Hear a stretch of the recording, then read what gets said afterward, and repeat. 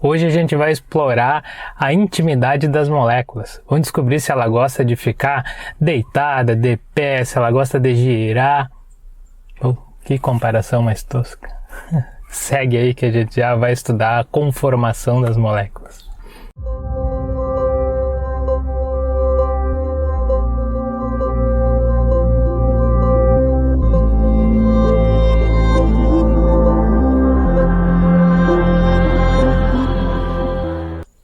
Olá, meus queridos, tudo bem com vocês? Aqui é o professor Mauro, de novo, eu. Hoje nós vamos iniciar um estudo basicamente energético das moléculas, da estrutura molecular.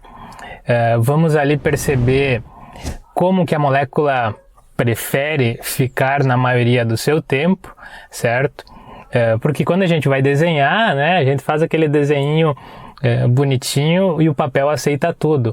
Mas dentro do frasco dela, que ela está guardadinha, como que aquelas moléculas estão arranjadas, como que elas ficam, se elas ficam deitadinhas, se elas ficam esticadas, se elas ficam enroladas, tá? Tudo isso a gente vai trabalhar no vídeo de hoje. Para essa análise, olha que barbada, a gente só vai fazer uma coisa, só trabalharemos com a ligação simples. E como que a gente vai fazer isso? Só girando a ligação simples. Olha que fácil, só que não. Para iniciar essa conversa, trago para vocês o exemplo do DNA. Quando eu falo essa palavra, já surge na cabeça aquela fitinha enrolada. Mas se a gente for desenhar, vocês sabem que o DNA é formado pelas bases nitrogenadas, e se a gente fosse desenhar, ia colocar uma basezinha do lado da outra. Por que que ele fica naquele formato enrolado lá? Porque aquele é o formato de menor energia daquela estrutura, tá? Ali existe uma série de interações que vai possibilitar que ele assuma aquela conformação. E isso acontece para várias outras moléculas. No mesmo sentido, trago aqui para vocês um exemplo de uma molécula que é o feromônio da traça da ervilha, que vocês podem observar que ela é uma molécula relativamente grande e que, se a gente for fazendo torções nas ligações simples, ela vai se rearranjando. Lembrem que é a mesma molécula, a gente não fez nenhuma substituição de elementos, nada, é só a mesma, a gente só está girando ela, porque essa possibilidade existe. E entender como essas moléculas se encontram na maioria do tempo é bastante importante, porque de repente você pensou em uma reação química para atacar um certo ponto da molécula, um certo sítio da molécula, e a análise conformacional dessa molécula mostra que aquele sítio vai estar obstruído por causa de uma maior estabilidade daquela cadeia carbônica próximo daquele sítio. Tá? Então, conhecer a estrutura em que aquela molécula, na maioria do tempo, está é bastante importante. E lembrando que é a mesma molécula, ela só está arranjada de maneira diferente. A isso nós chamaremos de conformação. E por que será que eu falei que trabalharemos apenas com as ligações simples? Se vocês lembrarem, as ligações duplas e triplas, elas possuem uma exigência que é termos, lembrem lá da outra aula, termos orbitais p paralelos para a formação da ligação π. E a energia para fazer essa rotação seria muito grande, porque tu teria que quebrar as ligações π e construir elas de novo, tá? Então, a análise conformacional só vai ter sentido quando tratarmos de ligações sigma. Realizar uma análise conformacional nada mais é do que saber como aquela molécula vai se encontrar na maioria do tempo.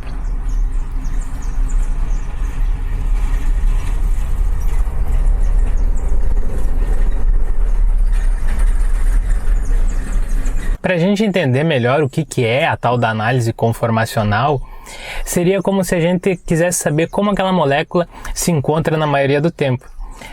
Eu gosto muito do exemplo que é pensar no nosso corpo, né? Sem a gente mudar nada, aí pense em você ficando de pé. É uma possibilidade, só que ficar o dia inteiro de pé gasta muita energia. Pensa ficar deitado, é bem melhor. Pelo menos eu acho, né? A minha análise conformacional favorita seria Mauro deitado. você pode ficar acocado, você pode ficar fazendo flexões, tá? Então você não faz nenhuma modificação no seu corpo, mas são posições em que o seu corpo fica, e a gente tende sempre a estar naquela forma que gaste menos energia. Eu acho que foi uma boa analogia, né? Não sei. E para facilitar a nossa análise conformacional, nós vamos utilizar uma coisa chamada projeção de Newman. Para realizar a projeção de Newman, eu vou trazer aqui para vocês a molécula de etano, bastante conhecida, e aí vou levar ela aqui para 3D para a gente observar. Sempre a gente vai tentar sobrepor dois átomos de carbono, tá? Deixando a molécula neste formato. Uma das projeções possíveis é essa. E aí a representação dela, isso é para a gente utilizar no papel para conseguir fazer essa análise sem os modelinhos, tá? A gente vai deixar aquele carbono de trás como uma bolinha, tá? Com os seus 3 ligantes aparentes, e o carbono da frente ele vai ser o encontro dos vértices ali, o encontro das 3 ligações, tá? Então no papel ele vai ficar assim, certo? A única coisa que a gente vai fazer é dar um giro nessa ligação sigma. Vou girar esse da frente, e aí nós temos a outra conformação possível, né, que é a sobreposição das ligações carbono e hidrogênio do átomo da frente com o átomo de trás, tá? E aí a gente faz a análise energética. Então, com essa projeção de Newman pronta, a gente vai realizando o giro da ligação sigma, trocando entre uma projeção alternada para uma projeção eclipsada, e aí observando a variação de energia. Então a gente vai variando os ângulos, que a gente vai chamar de ângulo de torção ou ângulo de Edro, tá? E observando se a molécula precisa de mais energia ou menos energia para estar nessa conformação. No exemplo que eu trouxe para vocês do etano, a gente vai então girando ali o carbono frontal para obter as diferentes conformações. Teriam possibilidades de ter infinitas, né? Cada grauzinho que a gente vai girando é uma conformação diferente. Mas a gente vai considerar apenas 2. A que tiver todos os elementos, as ligações carbono e hidrogênio eclipsadas, e quando as ligações estiverem alternadas, tá? Sendo que nessa questão, neste exemplo, as ligações, a conformação com as ligações alternadas terão menor energia, e a conformação com as ligações eclipsadas terá maior energia. Se nós observarmos a variação de energia potencial entre a conformação alternada e a eclipsada, no caso do etano, a gente observa que essa variação é de 12 kJ por mol. E aí a gente já pode adotar um padrão, que é notarmos que existe 3 ligações eclipsadas, carbono e hidrogênio, e um valor de energia potencial que variou entre as duas estruturas de 12 kJ. Então, se a gente dividir o 12 kJ por mol de etano pelas 3 ligações eclipsadas carbono e hidrogênio, a gente vai obter 4 kJ por mol de padrão de ligação carbono e hidrogênio eclipsada. Então, há um aumento de energia de 4 kJ por mol quando a gente eclipsa uma ligação carbono e hidrogênio, tá? 3 ligações carbono e hidrogênio, que é o nosso caso, 12 kJ por mol. Claro que, como tudo na natureza, a estrutura molecular tende a ficar no formato de menor energia.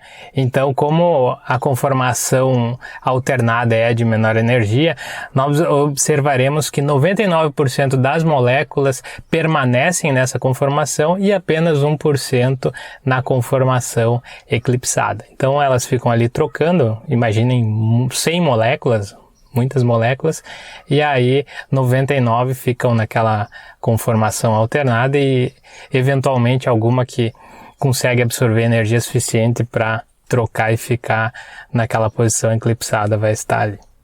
Bom, agora trago para vocês o caso do propano. Vou aumentando um pouco a complexidade da molécula para a gente conseguir entender. Então, vou montar o propano aqui. Vamos largar lá para 3D e vamos alinhar aí uma sequência de carbonos. Se a gente variar entre as estruturas alternadas e eclipsadas do propano, a gente vai observar que existe uma variação de energia, de aumento de energia da alternada para eclipsada de 14 kJ por mol. Tá? Lembrando que a gente já calculou quanto que aumenta a energia em termos uma ligação carbono-hidrogênio eclipsada com outra ligação carbono-hidrogênio. Seriam 4 kJ por mol. Tá? Então, tendo duas, são 8 kJ por mol. E de onde vem esses outros 6 kJ por mol dos 14 que aumentou nessa estrutura? Justamente dessa ligação carbono-metila. Tá? Que não existia lá no etano e agora existe. Então a gente já pode padronizar, além da ligação carbono-hidrogênio eclipsada com 4 kJ por mol, padronizarmos a ligação carbono-metila com 6 kJ por mol. Bom, agora aumentando mais ainda a complexidade, vamos partir para a análise do butano, que é um pouquinho mais chatinha, mas segue a mesma lógica. Se vocês observarem a primeira estrutura, ela possui todas as ligações alternadas, então será a de menor energia, e cuidem que os grupos metilas que a gente calculou que teriam maior energia se tivessem eclipsados, elas estão mais distantes entre si. Tá? Então nós vamos ter que dar um nome especial para essa estrutura, que é conformação alternada anti. Vamos variar então o ângulo diedro, tá, dessa estrutura. Então, eclipsando todas as ligações, vocês observam um aumento de energia e depois, variando novamente o ângulo diedro, nós temos outra conformação alternada de menor energia que a anterior, mas de maior energia que a primeira alternada, porque agora esses grupos metilas, que são bem mais volumosos, estão muito próximos de si. Tá? Então nós vamos ter que dar um nomezinho especial para essa estrutura aí, que chama-se de alternada também, só que alternada gauche. Tá? Esse nome é francês.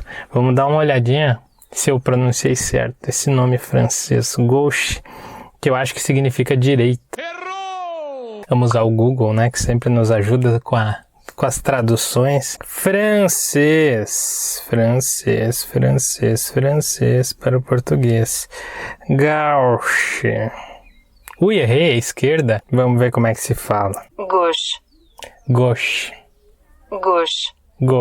Tá, então o nome dessa conformação alternada é gauche, né, que significa esquerda, que está à esquerda daquele. Pode estar à direita também, para vocês não brigarem, mas que está à esquerda do nosso grupo referência ali, que também é a metila. Então, há esse pequeno acréscimo de energia em relação à alternada anti, que nós temos esses grupos metilas o mais distante possíveis, e quando ele está ali do ladinho, a gente vai dar esse nome especial aí. E aí, variando mais uma vez o ângulo diedro, nós colocamos as metilas sobrepostas, as ligações carbono-metila sobrepostas, tá? Numa conformação eclipsada, e este será um momento de maior energia potencial dessa estrutura, com esses dois grupos volumosos, tá? Então, marquem esse pontinho aí. E se nós observarmos energeticamente a diferença entre as duas conformações alternadas, só que a anti e a gauche, nós observaremos que para esse caso a conformação alternada gauche vai ter uma energia de 3,8 kJ por mol maior do que a anti. E essa vai ser a contribuição de termos duas ligações carbono-metila muito próximas. Agora, se nós fizermos a análise energética daquele ponto mais alto lá, que é eclipsada com os grupos metila, nós chegaremos a um valor de energia potencial de 19 kJ por mol. Nós sabíamos do primeiro caso lá que cada ligação eclipsada carbono e hidrogênio nos atribui essa estrutura 4 kJ por mol, então nós temos duas ligações, então contribuindo com 8 kJ por mol, diminuindo dos 19 da estrutura total, nós chegamos ao valor de 11 kJ por mol de aumento de energia quando nós tivermos eclipsados ligação carbono-metila. Anotem. Então, pessoal, por esse vídeo era isso. Advirto que terá um segundo vídeo sobre o assunto, não quis deixar o vídeo tão grande para dar tempo de vocês processarem, tá? Deixem suas dúvidas aqui, tá? Se inscrevam no canal, todo aquele negócio, e até o próximo vídeo que sai daqui a pouquinho.